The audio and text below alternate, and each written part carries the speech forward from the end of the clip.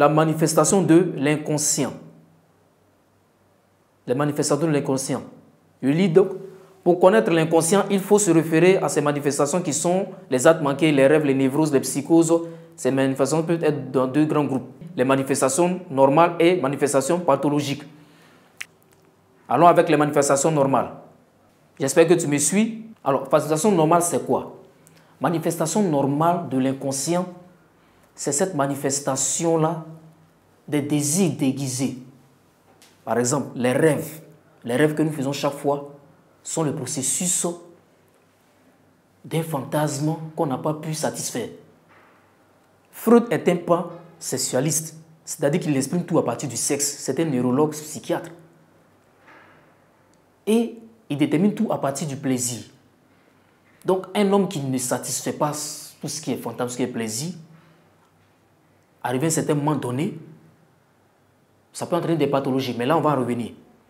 Mais on est ici dans les satisfactions normales, satisfaction du moins normale, où on parle des rêves, des actes manqués, de lapsus calami, faux pas de l'écriture, ou les astuces linguales, faux pas de la langue. C'est des petites choses qui nous arrivent tout le temps. Pensant connaître quelque chose, on dit autre chose que ce qu'on devrait dire. Allons-y avec le suivant. Alors, j'espère que tu me suis. C'est les manifestations pathologiques. Dans les manifestations pathologiques que nous allons voir tout à l'heure, c'est le système qui est un peu rouillé. Ça veut dire que, comme l'homme est un homme de désir, comme c'est le désir qui le pousse à l'action, comme il doit les satisfaire, et qui n'arrive pas à les satisfaire à cause des interdits moraux, etc. Ces désirs qui n'ont pas été satisfaits vont se muer en maladie. Vont se muer en maladie. Par exemple, il y a la psychose, il y a la névrose, il y a tous ces dysfonctionnements psychologiques qui interviennent parce que l'homme qui est un homme de désir n'a pas pu satisfaire certains désirs. Et comme je le dis, les désirs le poussent à l'action. Les désirs, chaque désir appelle un autre désir. Et si le désir n'est pas satisfait, ça peut créer la dépression. Il y a des personnes dépressives que tu en connais certainement. Vous voyez des gens qui se promènent dans la rue et qui parlent seuls. C'est la satisfaction de ne pas être, le fait de ne pas être accepté dans la société, le fait de ne pas être écouté. Et quand il se renferme, il devient schizophrène, c'est-à-dire une espèce d'autoflagellation.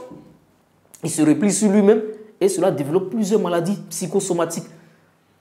Elles sont nombreuses, les hystéries, la névrose. Et toutes ces maladies-là, comme c'est au niveau de l'âme, au niveau de l'esprit, va influencer l'âme et ensuite réjaillir dans le corps.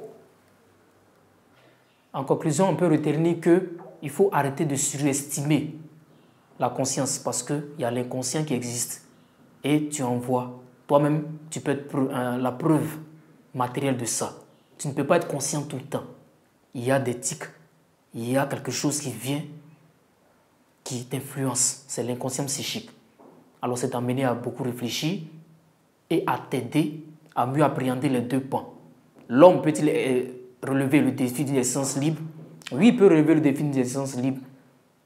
Mais il doit comprendre que l'inconscient psychique fait partie de la vie.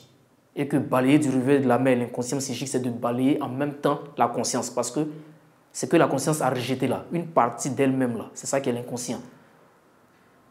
Merci.